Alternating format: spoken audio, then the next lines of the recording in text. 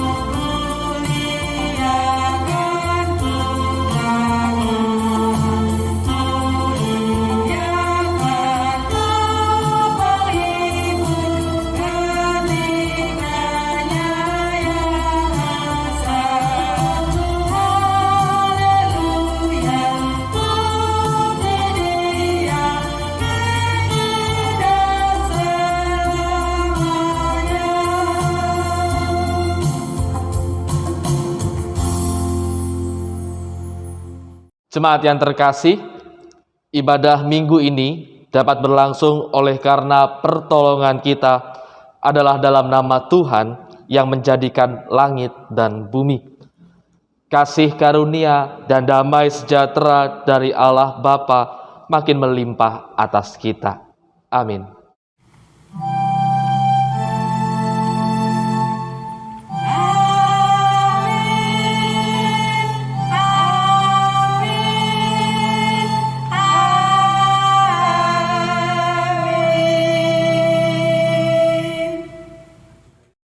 Menyembah Tuhan merupakan sebuah kewajiban bagi kita setiap umat yang betul-betul percaya dan berserah kepada Tuhan. Karena Tuhan itu bagai perisai di dalam kehidupan kita. Dia bagai benteng batu yang selalu melindungi kehidupan kita. Dan untuk itu, marilah kita sembah yang maha besar. Kita bersyukur dengan begitu bergema. Hai, mari sembah.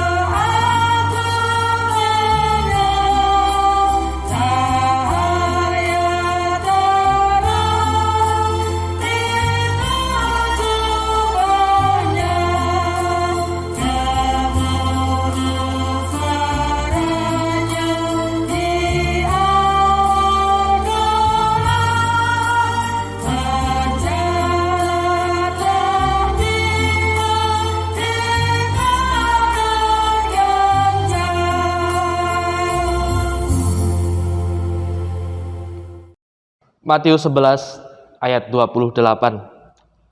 Marilah kepadaku semua yang letih, lesu, dan berbeban berat.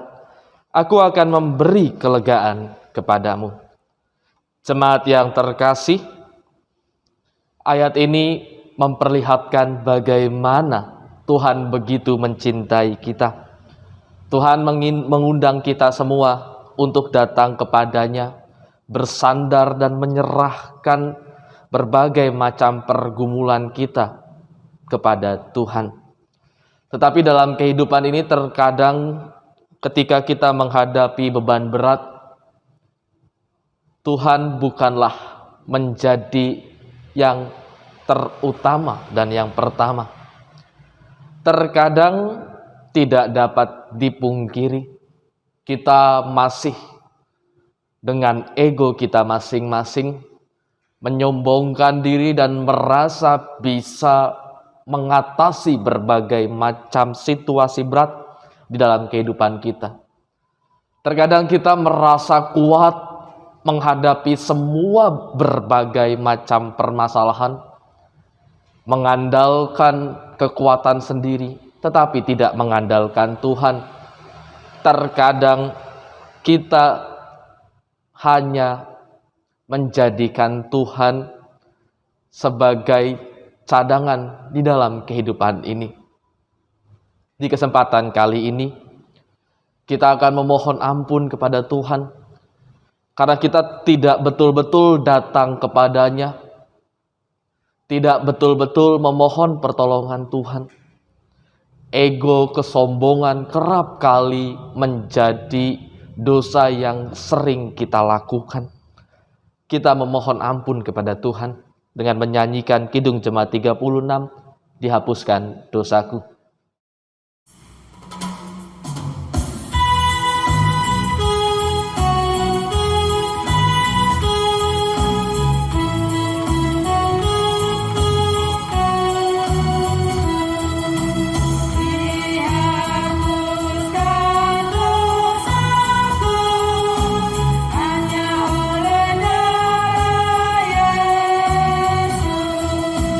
Aku boleh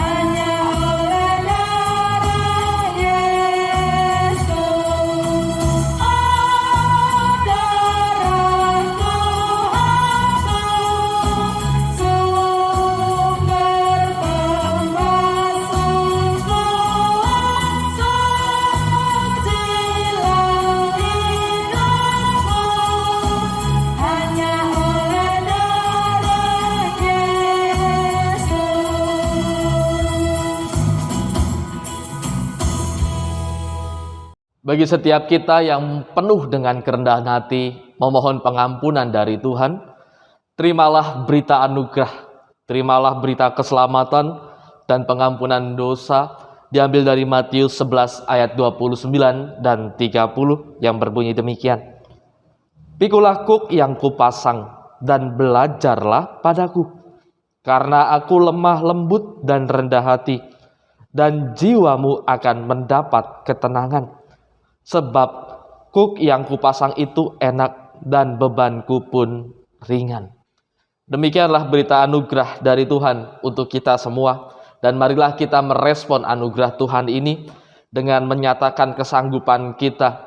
Kita nyatakan diri kita sebagai pribadi murid Kristus yang juga mendapatkan panggilan untuk bersama-sama membawa beban berat bagi sesama kita. Dan menyatakan kesanggupan kita ini dengan kita bernyanyi pelengkap Kidung Jemaat 236, Jikalau Kristus penolongku.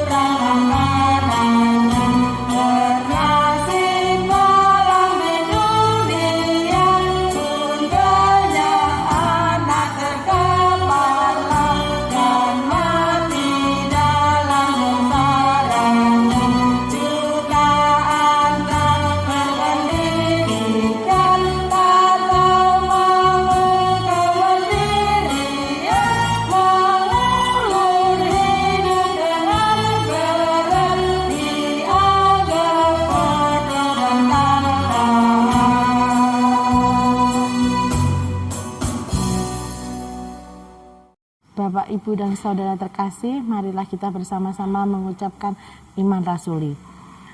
Aku percaya kepada Allah Bapa yang Maha Kuasa, Khalik langit dan bumi, dan kepada Yesus Kristus, Anaknya yang tunggal, Tuhan kita, yang dikandung daripada Roh Kudus, lahir dari anak darah Maria, yang menderita di bawah pemerintahan Pontius Pilatus, disalibkan, mati dan dikuburkan, turun dalam kerajaan maut. Pada hari yang ketiga bangkit pula di antara orang mati, naik ke surga, duduk di sebelah kanan Allah Bapa yang Maha Kuasa, dan akan datang dari sana untuk menghakimi orang yang hidup dan yang mati. Aku percaya kepada Roh Kudus, gereja yang kudus dan am, persekutuan orang kudus, pengampunan dosa, kebangkitan daging, dan hidup yang kekal. Tiba saatnya kita akan mendengarkan sabda Tuhan, dan marilah kita berdoa memohon Tuhan mencerahkan kita. Bapa Sang Kasih, segala puji syukur kami haturkan kepadamu atas segala berkat yang boleh Tuhan nyatakan kepada kami, atas segala cinta yang boleh kami rasakan di tengah-tengah kehidupan ini. Pada kesempatan kali ini Tuhan akan mengajarkan firman-firman-Mu kepada kami, semakin memperkuat iman kami, semakin mempertajam identitas kami sebagai murid Kristus. Berkati kami Tuhan ketika kami mendengarnya, agar firman Tuhan itu dapat menjadi teladan di dalam kehidupan kami.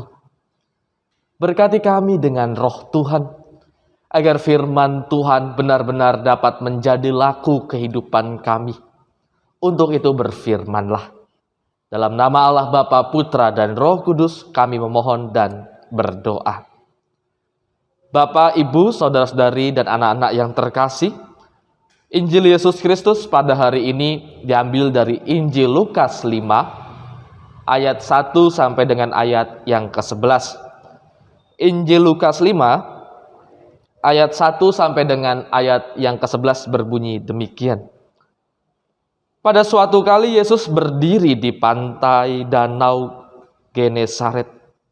Sedang orang banyak mengerumuni dia, hendak mendengarkan firman Allah. Ia melihat 2 perahu di tepi pantai. Nelayan-nelayannya telah turun dan sedang membasuh jalannya. Ia naik ke dalam salah satu perahu itu, yaitu perahu Simon, dan menyuruh dia supaya menolakkan perahunya sedikit jauh dari pantai. Lalu ia duduk dan mengajar orang banyak dari atas perahu. Setelah selesai berbicara, ia berkata kepada Simon, "Bertolaklah ke tempat yang dalam dan tebarkanlah jalamu untuk menangkap ikan." Simon menjawab, "Guru, telah sepanjang malam kami bekerja keras dan kami tidak menangkap apa-apa. Tetapi karena engkau menyuruhnya, aku akan menebarkan jala juga." Dan setelah mereka melakukannya, mereka menangkap sejumlah besar ikan, sehingga jala mereka mulai koyak.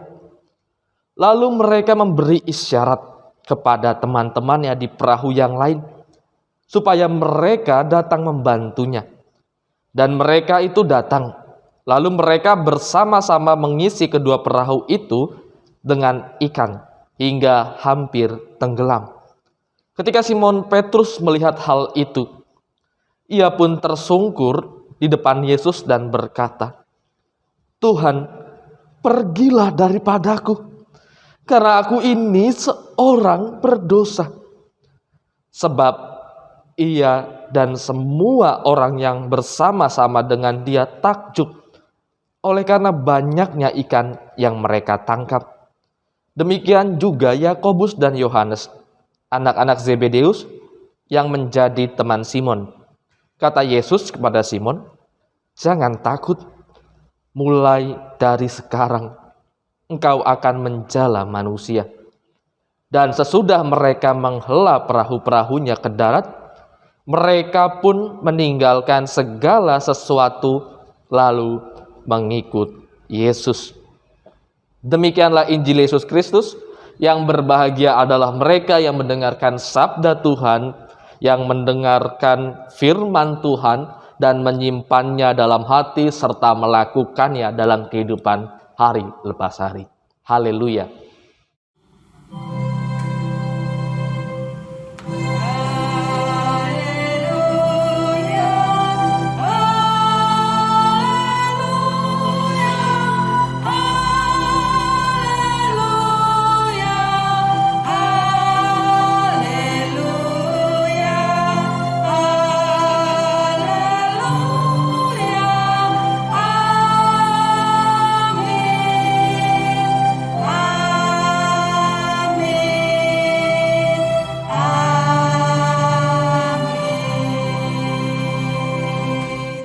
Bapak, Ibu, saudara-saudari, dan anak-anak yang terkasih, jika kita disuruh memilih untuk kita beraktivitas atau untuk kita berenang, mencari ikan atau menyelam, kita akan memilih laut yang seperti apa?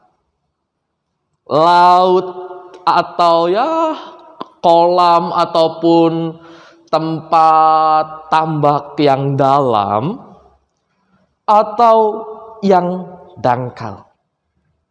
Tentu saja pada umumnya kita akan memilih laut yang lebih dangkal, tempat yang lebih dangkal karena lebih aman. Dan tempat yang dalam tentu saja berbeda dengan tempat yang dangkal. Di tempat yang dalam itu tuh lebih banyak bahaya, dan tentu saja lebih banyak resikonya. Selain airnya ya dalam, ya biasanya itu arusnya itu lebih bergolak, dan tentu saja arusnya itu lebih kencang kalau di tempat yang dalam. Kadang di tempat yang dalam, di laut yang dalam itu penuh dengan pusaran air.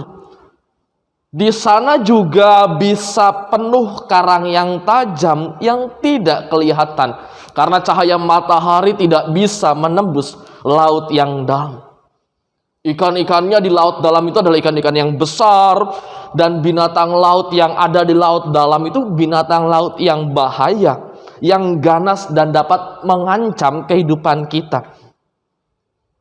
Sehingga banyak orang enggan untuk bertolak ke tempat yang lebih dalam. Mereka lebih senang tempat yang dangkal, yang cetek, lebih-lebih tempat yang nyaman. Ya seperti di pantai dengan angin yang sejuk, angin yang sepoi-sepoi, dan bisa menikmati pemandangan yang indah. Jarang orang mau bertolak lebih dalam. Namun tanpa disadari justru di tempat yang dalamlah kita akan menemukan kehidupan laut yang sebenarnya dan kenyataan hidup yang sesungguhnya.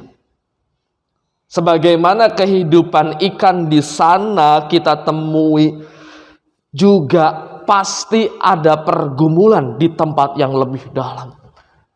Sebagaimana kita menemukan bahaya di laut yang lebih dalam, di situ juga kita akan menemukan pusaran dan penderitaan kehidupan di laut kehidupan kita. Kebutuhan dan jerit manusia yang sesungguhnya itu dapat benar-benar muncul di laut yang dalam, di tempat yang dalam. Dan kesanalah dari zaman ke zaman Tuhan mengutus hamba-hambanya untuk terjun membagi damai sejahtera dan sukacita di dalam setiap kehidupan sesama dan manusia. Jemaat yang terkasih, di dalam bacaan kita dapat melihat Tuhan Yesus ini semakin menjadi terkenal, sehingga dia itu diikuti banyak sekali orang. Sinagoge tempat ibadah yang biasanya menjadi tempat Tuhan Yesus mengajar, itu sudah tidak bisa menampung lagi orang-orang yang ingin mendengarkan ajarannya atau untuk menyaksikan mukjizat-mukjizatnya. Kemudian Tuhan Yesus menuju ke pantai Genesaret. Ada dua perahu dalam bacaan kita yang sedang berlabuh. Dia pun menaiki salah satu perahu tersebut, dan perahu itu milik Petrus dan teman-temannya. Dari sana kemudian Tuhan Yesus mengajar orang banyak yang tentu saja penasaran dengan ajaran Yesus, dan mereka itu berjejer-jejer di pantai tersebut. Dan setelah mengajar, dalam ayat 4 ini kita dapat menemukan Tuhan Yesus menyuruh Simon dan kawan-kawannya untuk bertolak ke laut dalam untuk menebarkan jalannya. Ya, di sanalah mereka akan bertemu dengan kehidupan laut yang sesungguhnya. Akan tetapi kita dapat juga menemukan reaksi Simon Petrus yang mewakili teman-temannya dan mengatakan, "Guru, telah sepanjang malam kami bekerja keras dan kami tidak mendapatkan apa-apa." Simon dan murid-murid bukannya takut terhadap kedalaman laut.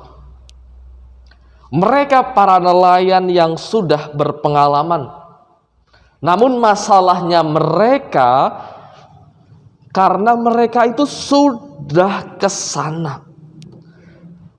Dan tentu saja mereka itu sudah tahu bahwa ke tempat sana itu tidak ada apa-apa. Dan pekerjaannya itu akan sia-sia. Mereka sudah bekerja keras, memeras keringat dan otak ke tempat yang penuh dengan resiko dan juga bahaya. Tetapi tidak mendapatkan apa-apa. Dan semuanya tentu menjadi sia-sia. Dan alangkah menyedihkannya ketika mereka tidak dapat ikan untuk dibawa pulang. Dan demikian juga yang dialami para murid ketika tanpa Yesus akan sia-sia. Namun syukur karena percaya mereka kepada kuasa Yesus, Petrus dan teman-temannya itu patuh dan mengatakan, namun karena Engkau yang menyuruhnya, aku akan menebarkan jala juga. Di sini menunjukkan betapa percaya dan patuhnya Petrus dan kawan-kawannya itu kepada Tuhan Yesus guru mereka.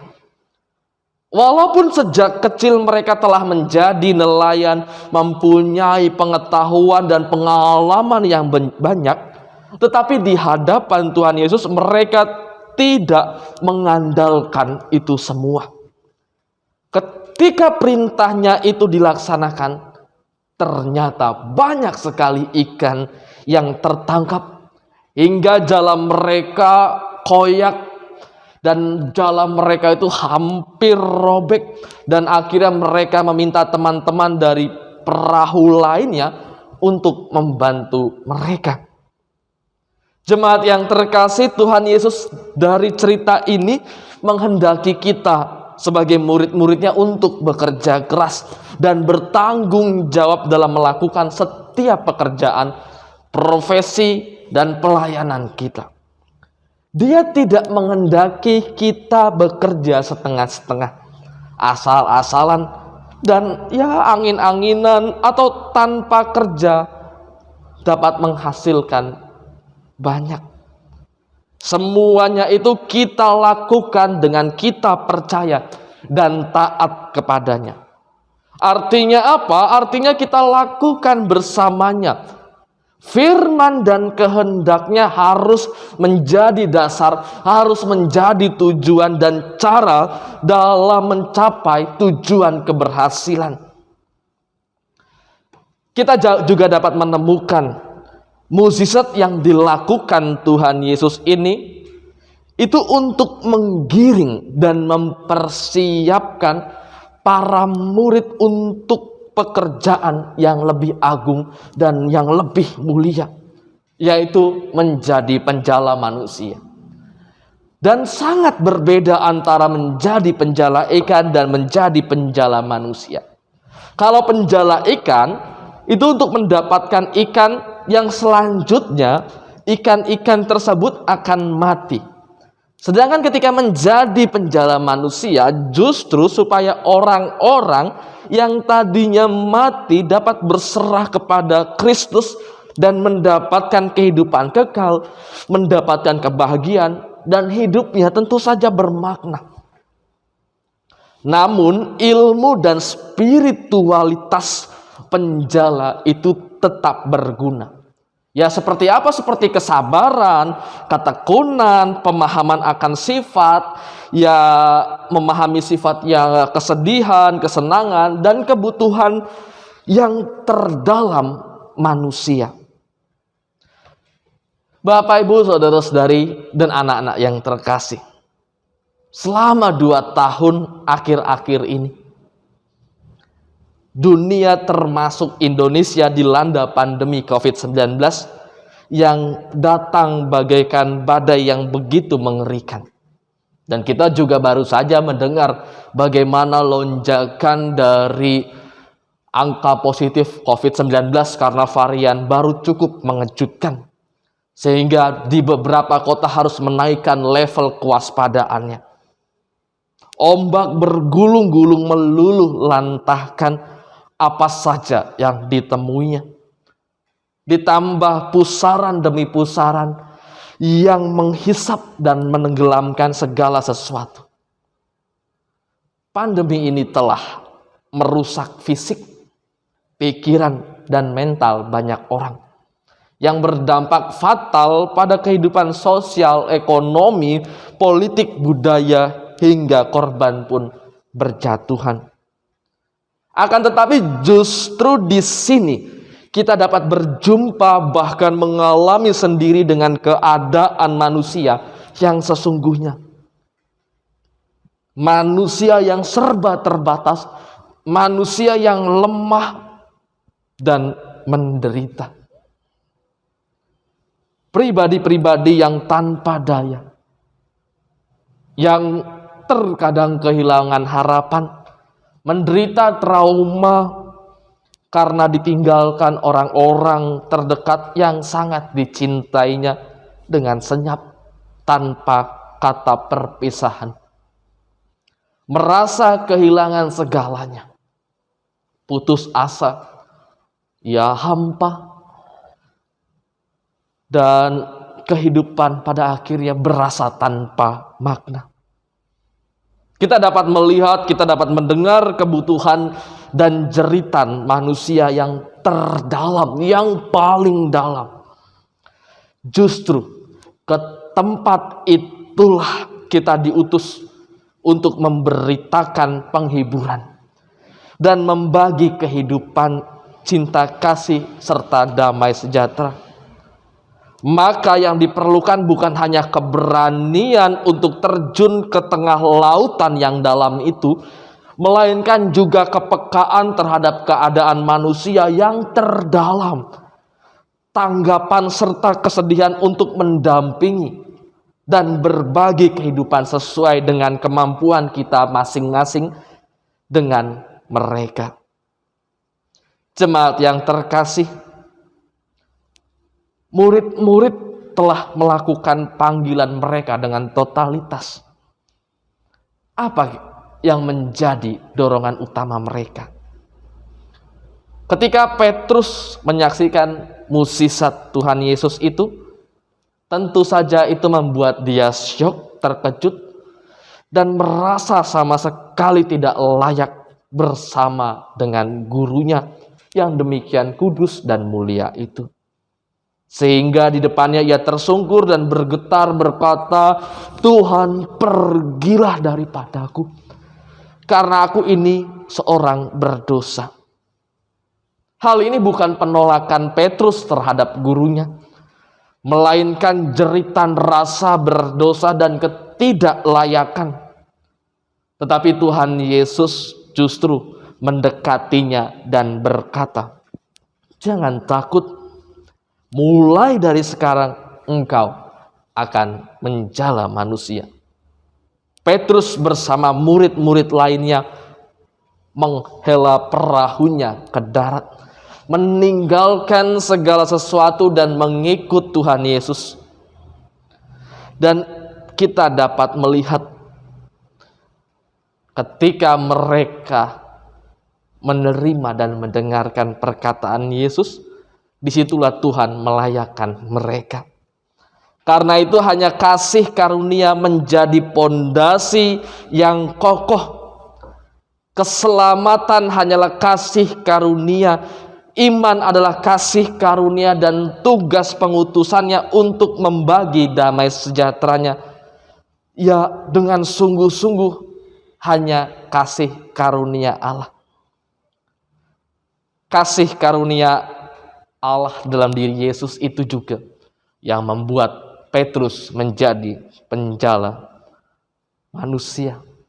Jemaat yang terkasih, bertolak ke laut yang dalam untuk menebarkan jalamu.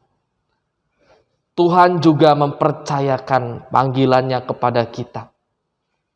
Panggilan itu sungguh merupakan kasih karunia bagi kita, karena menjadikan hidup kita berarti bagi diri sendiri, keluarga, anak cucu kita, lingkungan kita, sesama kita, bahkan kerajaan Tuhan yang kekal abadi.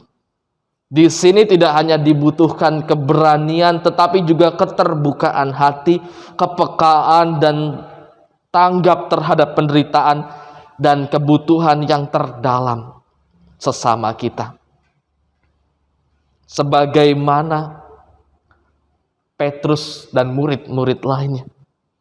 Semoga kasih karunia yang mereka terima dapat menjadikan kita makin bekerja keras, penuh syukur, ikhlas, setia, dan demikianlah misi Kristus. Tuhan beserta kita sekalian. Amin. Mari kita bersatu teduh merenungkan firman Tuhan.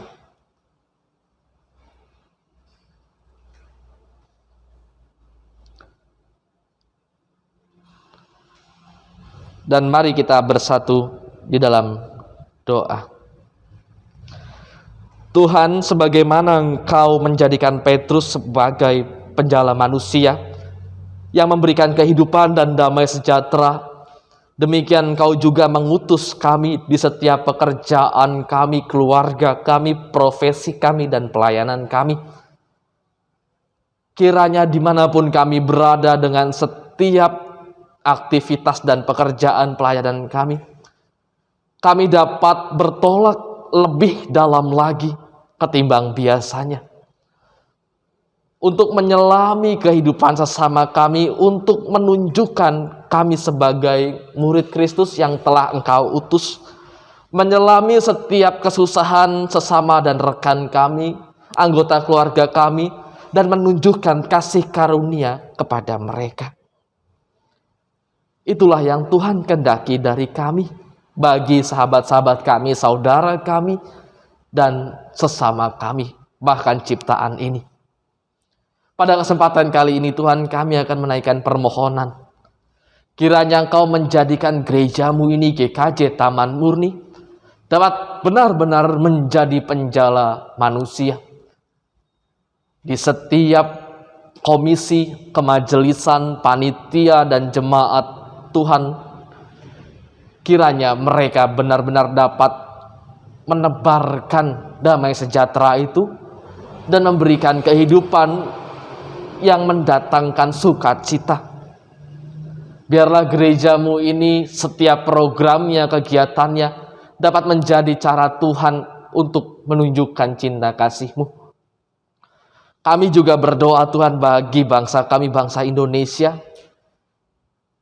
yang sampai saat ini masih bergumul dengan pandemi COVID-19, karena kami harus menghadapi varian baru yang penyebarannya cukup cepat. Tuhan, mampukan kami semua untuk tetap bertahan, berpegang teguh, dan berserah kepada Kristus. Tuhan, mampukan setiap mereka yang bekerja keras melawan pandemi COVID-19 ini. Berkati kami semua Tuhan, agar kami dapat melalui pandemi COVID-19 yang menyesakkan ini. Kami juga berdoa bagi jemaat Tuhan yang saat ini sedang terbaring lemah, sedang membutuhkan pemulihan secara fisik, mental, dan spiritual. Kami berdoa untuk Pak Parmin, kami berdoa untuk Ibu Siti Mulyono, kami berdoa untuk Pak Heru Giono, kami berdoa untuk Ibu Marnaik, kami berdoa untuk Pak Budiarjo. Berikan mereka kekuatan Tuhan untuk mereka dapat pulih. Dan kiranya Tuhan menyertai mereka semua. Kami juga Tuhan menyerahkan kehidupan kami ke dalam tangan-Mu. Tuntunlah kami agar kami benar-benar menjadi murid-murid Kristus sebagai penjala manusia yang terus bekerja keras, yang dapat memberikan damai sejahtera dimanapun kami berada dan kemanapun kami berada. Inilah doa kami Tuhan. Dalam Kristus Yesus kami memohon dan berdoa. Amin. Marilah Bapak, Ibu, dan saudara-saudari yang terkasih dalam Tuhan Yesus Kristus, kita nyatakan syukur dengan memberikan persembahan kepada Tuhan. Adapun dasar persembahan diambilkan dari Roma 11 ayat yang 36. Demikian firman Tuhan. Sebab segala sesuatu adalah dari Dia, dan oleh Dia, dan kepada Dia. Bagi Dialah kemuliaan sampai selama-lamanya. Mari memberikan persembahan dengan sukacita seraya menyanyikan kidung pelengkap kidung jemaat 146 1 sampai dengan 3. Bawa persembahanmu.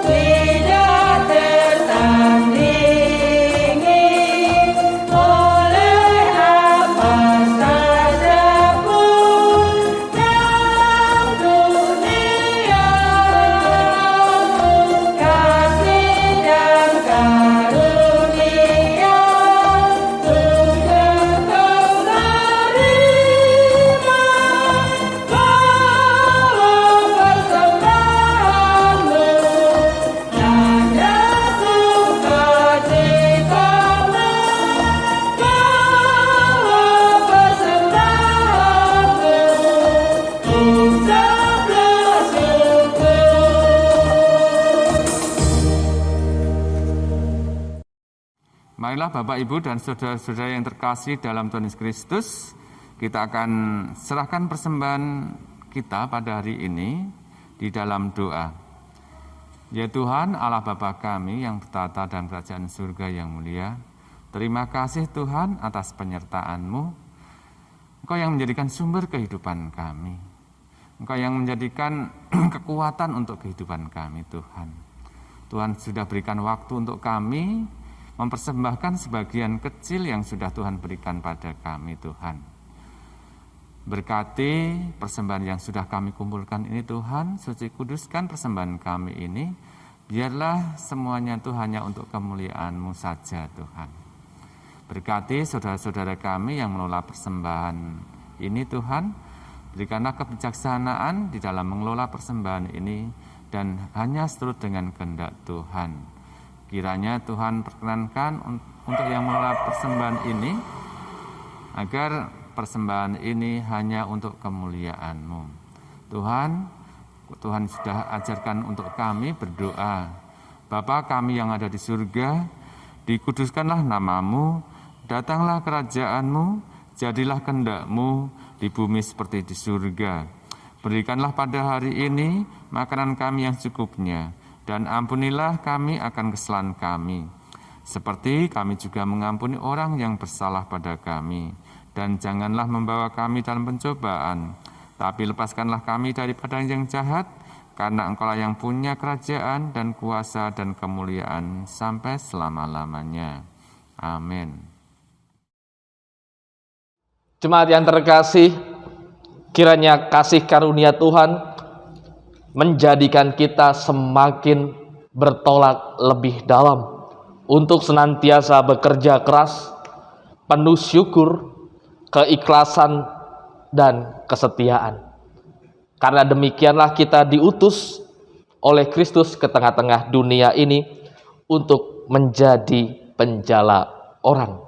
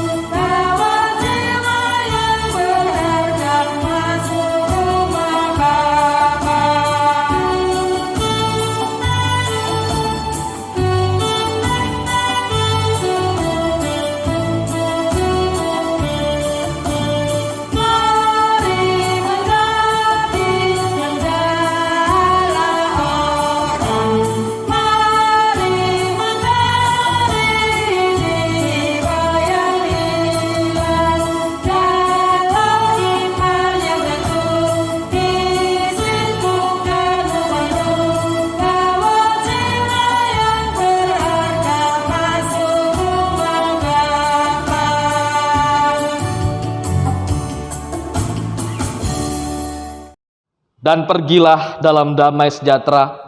Terimalah berkat dari Tuhan. Tuhan memberkati kita dan melindungi kita. Tuhan menyinari kita dengan wajah-Nya dan memberi kita kasih karunia. Tuhan menghadapkan wajah-Nya kepada kita dan memberi kita damai sejahtera. Amin.